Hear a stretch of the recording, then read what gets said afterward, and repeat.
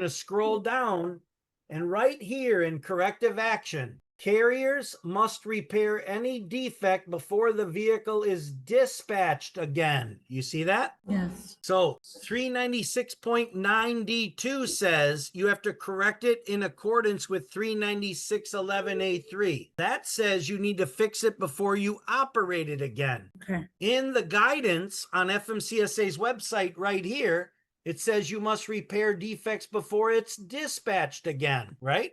Yes. Now, when I look at our inspections, do you remember? You're going to highlight this comes from Orrville, Ohio to Georgia with this bill of lading number and refrigerated food in Kentucky. You see that? Bill of lading from to refrigerated foods, Kentucky. Then we're going to say Tennessee, same bill of lading, same pickup, same destination, same refrigerated food, same dispatch. So 396.9D2, you'll say this says we need to correct it in accordance with this section, which says you can't operate again.